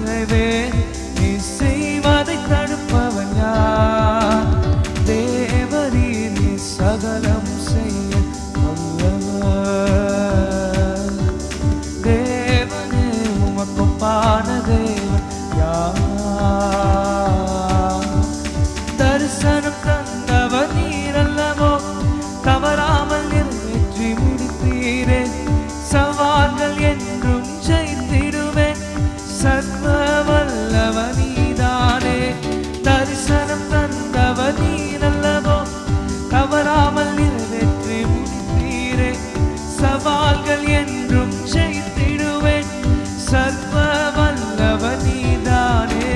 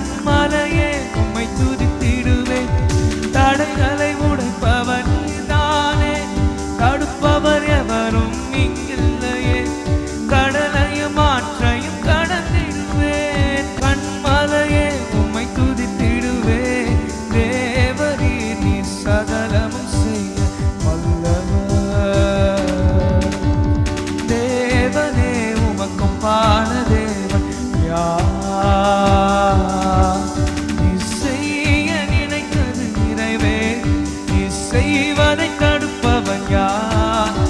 நீ செய்ய நினைத்தது நிறைவே, நீ செய்வதை தடுப்பவன் யார்? தேவரீர் நீ சகலமும் செய்ய வல்லவர். தேவனே உமக்கொப்பான தேவன் யார்? நீ செய்ய நினைத்தது நிறைவே, நீ செய்வதை தடுப்பவன் யார்? நீ செய்ய நினைத்தது நிறைவே, நீ செய்வதை தடுப்பவன் யார்? நீ செய்ய நினைத்தது நிறைவே, நீ செய்வதை தடுப்பவன் யார்? நீ செய்ய நினைத்தது நிறைவே, நீ செய்வதை தடுப்பவன் யார்? தேவரீர் நீ சகலமும் செய்ய வல்லவர். தேவனே உமக்கொப்பான தேவன் யார்? பிரியமானவர்களே, மீண்டும் வேதமே மனமகிழ்ச்சியில உங்களை நாங்கள் வரவேற்கிறோம். இன்றைக்கும் பாடுகள் மத்தியில யோபுடைய வார்த்தைகள் என்ற தலைப்புல நம்ம வேதத்தை தியானித்துக் கொண்டிருக்கிறோம். யோபுடைய புஸ்தகத்துல யோபு எப்படிப்பட்ட வார்த்தைகளை, பாடு நிறைந்த சூழ்நிலையில, வேதனையான சூழ்நிலையில ஆண்டவர் என்னோடு இருக்கிறார், அவர் சகலத்தையும் எனக்காக செய்வார், நான் இன்னும் அவரை நான் நேசிப்பேன், இன்னும் அவருக்காக நான் உத்தமத்தோடு நான் வாழ்வேன் என்று சொல்லி அவர் பேசின அற்புதமான வார்த்தைகளை, கஷ்டத்தின் நேரத்திலும் பேசின வார்த்தைகளை நம்ம இன்றைக்கு தியானித்தோம். அடுத்ததாக அவர் பேசின தீய வார்த்தைகள், அவிசுவாசமான வார்த்தைகளை குறித்து நம்ம பார்க்க போகிறோம். இந்த எதிர்மறையான வார்த்தைகளை எல்லாம் நம்ம ஏன் பார்க்க போறோம்னா, இந்த சூழ்நிலையில நம்ம இந்த வார்த்தைகளை நம்ம பேசக்கூடாது என்பதற்காகத்தான் இதை நம்ம பார்க்க போகிறோம். சரியா? நம்ம இப்போ யோபு பேசின நெகட்டிவான வார்த்தைகள் அதை நம்ம பார்க்க போறோம். 3ஆம் அதிகாரம் 25ஆம் வசனம். நான் பயந்த காரியம் எனக்கு நேரிட்டது, நான் அஞ்சினது எனக்கு வந்தது. இதுல இருந்து நம்ம புரிந்து கொள்கிற காரியம் என்னன்னா, நம்ம எதை குறித்தும் பயப்படக்கூடாது. பயந்தா அந்த காரியம் நமக்கு வந்துடும். ஸோ இன்னைக்கு நம்ம ஆண்டவரிடத்துல சொல்ல போறோம், ஆண்டவரே நான் பயப்பட மாட்டேன். ஏன்னா ஆண்டவர் சொல்லியிருக்கிறா, தேவன் உங்களுக்கு பயமுள்ள ஆவியை கொடாமல் பலமும் அன்பும் தெளிந்த புத்தி உள்ள ஆவியை கொடுத்திருக்கிறார். ஸோ நம்பிக்கை அற்று போகிற நேரத்துல தான் நமக்கு பயம் வரும். ஸோ எந்த சூழ்நிலையிலும் நான் பயப்பட மாட்டேன் ஆண்டவரே, நான் பயப்பட மாட்டேன்னு சொல்லுங்க, அந்த காரியங்கள் நடக்காது. ஏனென்றால் தேவரீர் சகலத்தையும் செய்ய வல்லவர், ஆண்டவர் நம்மோடு கூட இருக்கிறார் என்கிற ஒரு தைரியத்தோடு கூட நம்ம வாழணும். பிரியமானவர்களே, அடுத்ததாக யோபு பேசின எதிர்மறையான வார்த்தைகளை நம்ம தியானித்துக் கொண்டிருக்கிறோம். அதுல அடுத்ததாக நம்ம பார்க்க போகிற வசனம் 16ஆம் அதிகாரம் 14ஆம் வசனம். நொறுக்குதலின் மேல் நொறுக்குதலை என் மேல் வர பண்ணினார், பராக்கிரமசாலியை போல என் மேல் பாய்ந்தார். இன்னொரு வசனத்தை கூட நம்ம வாசிக்கலாம். யோபு 23:16. தேவன் என் இருதயத்தை இளக்கரிக்க பண்ணினார், சர்வ வல்லவர் என்னை கலங்க பண்ணினார். இன்னொரு வசனத்தை கூட நம்ம வாசிக்கலாம். அவர் எப்படி வேதனையான வார்த்தைகளை பேசினார் என்பதற்கான அடையாளமாக இன்னொரு வசனத்தை வாசிக்கலாம். யோபு 19:10ஆம் வசனம். அவர் என்னை 4 புறத்திலும் நாசமாக்கினார், நான் அற்று போகிறேன், என் நம்பிக்கையை ஒரு செடியை போல பிடுங்கி போட்டார். அநேக நேரத்துல எவ்வளவுதான் ஆண்டவர் பேர்ல நம்பிக்கை இருந்தாலும் நம்முடைய வாழ்க்கையில கூட சில நேரத்துல ஆண்டவர் இப்படி பண்ணிட்டார், என்னை அனுமதிச்சிட்டாரு, என் வாழ்க்கையில ஏன் இதை அனுமதிச்சிட்டாரு, ஆண்டவர் இப்படி செஞ்சுட்டார், ஆண்டவர் என்னை கைவிட்டுட்டார் அப்படின்னு சொல்லுகிறது உண்டு நம்ம வாழ்க்கையில கூட. யோபு 23:16 நம்ம வாசிக்கும் போது சர்வ வல்லவர் என்னை கலங்க பண்ணினார் என்று யோபு சொல்லுகிறார்.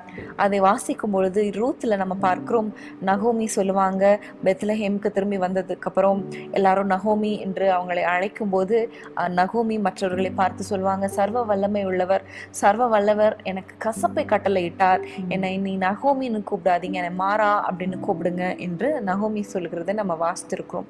அதே போல யோபு கூட தன்னுடைய வாழ்க்கையில மிகுந்த கஷ்டத்துல இப்படிப்பட்ட வார்த்தைகளை அவர் பேசுகிறதை நம்ம பார்க்கிறோம். ஆண்டவர் அனுமதிக்காம எதுவுமே நம்ம வாழ்க்கையில வராது. அப்ப ஏன் வருது அப்படின்னா, ஆண்டவர் அந்த பாதையில ஏதோ ஒரு காரியத்தை செய்ய விரும்புகிறார், நம்மை பொன்னாக புடமிட விரும்புகிறார் என்று அவர் சொல்றார். ஆனாலும் மனுஷியத்துல இப்படிப்பட்ட வார்த்தைகள் பேசுகிறார். ஸோ இன்னைக்கு நம்ம இதுலேருந்து அறிந்து கொள்கிற காரியம், எவ்வளோ சூழ்நிலைகள் வந்தாலும் ஆண்டவர் என்னை இப்படி பண்ணிட்டாரு, கலங்க பண்ணிட்டாரு, வேதனைப்படுத்திட்டாரு, நொறுக்குதலுக்கு மேலே நொறுக்குதலை போட்டு அடிக்கிறாரு, என்னை போட்டு படுத்துறாருன்னு நம்ம சொல்லாமல் நிறைய பேசிடுறோம். அதெல்லாம் பேசாமல், ஆண்டவரே நீங்கள் என்னை பார்த்து கொள்ளுங்கப்பா, உமக்கு ஸ்தோத்திரம்ப்பா, இந்த சூழ்நிலைக்காக ஸ்தோத்திரம்ப்பா, நன்றியப்பா என்று நம்ம சொல்லும் பொழுது கண்டிப்பாக ஆண்டவருடைய உள்ளம் மகிழும். ஆண்டவர் நம்மை ஆசீர்வதிப்பார். ஆமென். இன்னும் பார்த்தா யோபு இன்னும் ஒரு படி போய் அவர் பேசுற வார்த்தைகளை பார்த்தா 3ஆம் அதிகாரம் 1 வசனத்துல இருந்து நம்ம பார்க்கலாம். சொல்லப்பட்டது, தன்னுடைய பிறந்த நாளை சபிக்கிறார். ஒரு பிள்ளை பிறந்த நாள் சபிக்கப்படுவதாக அப்படின்னு சொல்லுகிறார். ஆண் பிள்ளை பெற்றாள் என்று சொல்லப்பட்ட நாள் சபிக்கப்படுவதாக, இருளா இருப்பதாக, நான் ஏன் பிறந்தேன் அப்படின்னு அவர் சொல்றார். உண்மையிலே மனுஷியத்துல இது நம்ம எல்லாம் கூட சம்டைம்ஸ் பேசுற காரியம்தான். சிலர் சாகணும், நான் ஏன் வாழணும், சாகணும்னு சொல்லுவாங்க. ஒரு சிலர் நான் ஏன் பிறந்தேன், என்னை ஏன் இந்த உலகத்துல ஆண்டவர் பிறக்க வைத்தார் அப்படின்னு சொல்லுவாங்க. ஆனா ஒன்னை புரிந்து கொள்ளணும், நம்ம பிறக்க வைப்பதற்கு கர்த்தர் ஒரு நோக்கத்தை வைத்திருக்கிறார். ஒவ்வொருவரை கொண்டும் ஒரு நோக்கத்தை வைத்திருக்கிறார். ஆமென். ஆகவே நம்ம அதை மறந்து போகக்கூடாது, சோர்ந்து போகக்கூடாது, பிறந்த நாளை சபிக்க கூடாது. ஆசீர்வாதம் இல்லைங்கிறதுக்காக என் பிறந்த நாள் சபிக்கப்படுவதாகன்னு சொல்றது ரொம்ப தப்பான, ரொம்ப கேவலமான ஒரு வார்த்தை. ஸோ இதை வாசிக்கும் போது நம்மளை திருத்திக்கணும். இனிமேல் ஒரு நாள் கூட நம்முடைய பிறந்த நாளை நம்ம சபிக்க கூடாது. ஏன் பிறந்தேன்னு சொல்லக்கூடாது. ஏன் என் தாய் என்னை பெற்றாங்கன்னு தெரியலையே, ஏன் ஆண்டவரே இந்த உலகத்துல என்னை உருவாக்குனீங்கன்னு சொல்லக்கூடாது. ஏன்னா நம்முடைய தாயின் கருவுல நம்ம உருவாவதற்கு முன்னே நம்ம உருவாக்கப்படுகிற நாள் எழுதப்பட்டிருக்கிறது. வெளியே வரப்போற நாள் எழுதப்பட்டிருக்கிறது. எரேமியாவில் சொல்லுகிறார், நீ தாயின் கற்பத்திலிருந்து வெளியே வரும் முன்னே உன்னை குறித்து நான் தீர்க்கதரிசியாக உருவாக்கினேன்னு சொல்றது மாத்திரமல்ல, பெயர் சொல்லி அழைத்தேன்னு சொல்றார். ஸோ நம்ம நினைக்கிறோம் நம்ம அம்மா அப்பா தான் நமக்கு பேர் வச்சாங்கன்ட்டு. இல்லை, ஆண்டவரே நமக்கு பேர் வைக்கிறார், ஏற்கனவே பேரிட்டு இருக்கிறார். சில சமயங்கள்ல தவறான பேர் வந்தா கூட அதை மாற்றி அந்த பேரை அமைத்து, எப்சிபா இனி கைவிடப்பட்டவள் என்று சொல்லப்படாமல் எப்சிபா என்றும் பியூலா என்றும் சொல்லப்படுங்கிற மாதிரி பேரை மாற்றார். யாக்கோபை இஸ்ரவேலா மாற்றினார், ஆபிரகாமாய் மாற்றினார் இல்லையா? அப்போ நம்முடைய ஆண்டவர் நம்மை குறித்து ஒரு நோக்கம் வைத்திருக்கிறார் என்பதை அறிந்து கொண்டு புரிந்து கொண்டு இனி இப்படிப்பட்ட வார்த்தைகளை பேசாமல், யோபு முதல்ல பேசுனது போல, என் மீட்பர் உயிரோடு இருக்கிறார், கர்த்தர் எனக்கு குறித்திருக்கிறதை செய்வார், சர்வ வல்லமுள்ள தேவன் அவர் சகலத்தையும் செய்வார் என்று சொல்லி விசுவாசம் முழக்கமிடும் பொழுது கண்டிப்பா இந்த பிரச்சனைகளை தாண்டி செல்ல ரொம்ப ஈஸியா இருக்கும், எளிதா இருக்கும். ஆனா நெகட்டிவா பேச பேச பேச பேச பிரச்சனையை தாண்டறதுக்கு ரொம்ப கஷ்டமா இருக்கும். ஆனா பாசிட்டிவா பேசி பாருங்க, அந்த பிரச்சனைகளை தாண்டி செல்ல ரொம்ப ஈஸியா இருக்கும். அதனால தாவீது சொல்வார், உம்மாலே நான் ஒரு சேனைக்குள் பாய்வேன், உம்மாலே நான் மதிலை தாண்டுவேன். பெரிய மதில் தான், ஆனா உங்களால நான் தாண்டி செல்வேன். ஸோ இன்னையிலிருந்து நீங்கள் ஒரு தீர்மானம் எடுங்க. நெகட்டிவான வார்த்தைகள் பேச மாட்டேன் ஆண்டவரே, உண்மை குறித்து தீயதான் நான் பேச மாட்டேன், வேதனையாக மற்றவங்களையும் பேச மாட்டேன், என் குடும்பத்தையும் பற்றி நான் வேதனையாக பேச மாட்டேன், பெற்றோரை வேதனையாக பேச மாட்டேன், பிறந்த நாளை சபிக்க மாட்டேன். ஆனால் உங்களை குறித்து துதித்து துதித்து துதித்து உம்முடைய வார்த்தைகளை பேசி பேசி உம்முடைய வார்த்தைகளை பிடித்து பிடித்து எல்லா சூழ்நிலைகளையும் கடந்து செல்ல எனக்கு கிருபை தாரும் ஆண்டவரே என்று சொல்லும் பொழுது கண்டிப்பா கர்த்தர் நமக்கு கிருபை பாராட்டுவார். பிரியமானவர்களே, இப்படிப்பட்ட யோபுடைய positive words and negative words எல்லாம் நம்ம தியானித்து கொண்டிருக்கிற இந்த சூழ்நிலையில யோபுடைய ஒரே ஒரு ஜெபத்தை குறித்து மாத்திரம் நம்ம பார்த்துட்டு நம்ம இந்த ப்ரோக்ராமை நம்ம முடிக்கலாம். நாமும் ஜெபத்துக்குள்ளாக கடந்து செல்லலாம். யோபு 17ஆம் அதிகாரம் 3ஆம் வசனம். யோபு 17:3. தேவரீர் என் காரியத்தை மேல் போட்டுக்கொண்டு எனக்காக பிணைப்படுவீராக, வேறே யார் எனக்கு கை கொடுக்கத்தக்கவர்? அழகா இந்த வசனத்துல பார்க்கிறோம், யோபு சொல்றாரு, ஆண்டவரே என் காரியத்தை உங்க மேல போட்டுக்கொள்ளுங்கப்பா, எனக்காக யாவையும் செய்யுங்கப்பா, எனக்கு வேற யார் இருக்காங்கப்பா என் பிரச்சனை போக்குறதுக்கு என்று சொல்லி அவர் ஜெபித்தது போல இன்னைக்கு ஆண்டவரை பார்த்து சொல்லுங்க, எனக்கு ஒரு அற்புதம் செய்யுங்கப்பா. நீங்க என்னுடைய எல்லா சூழ்நிலையும் உங்களுக்கு தெரியும், நீங்க அனுமதிக்காம எதுவுமே நடக்காது. அதனால எனக்காக நீங்க பிணைப்படுங்கப்பா, எனக்காக நீங்க யுத்தம் பண்ணுங்கப்பா, எனக்காக நீங்க அற்புதம் செய்யுங்கப்பா. தாவீது சொல்றது போல, கர்த்தர் எனக்காக யாவையும் செய்து முடிப்பார் என்று சொன்னது போல எனக்காக நீங்க செய்து முடிங்கப்பான்னு நீங்க சொல்லுங்க. அது மாத்திரமல்ல, இன்னொரு அருமையான வசனம், யோபு 14:13 வசனம். யோபு 14:13.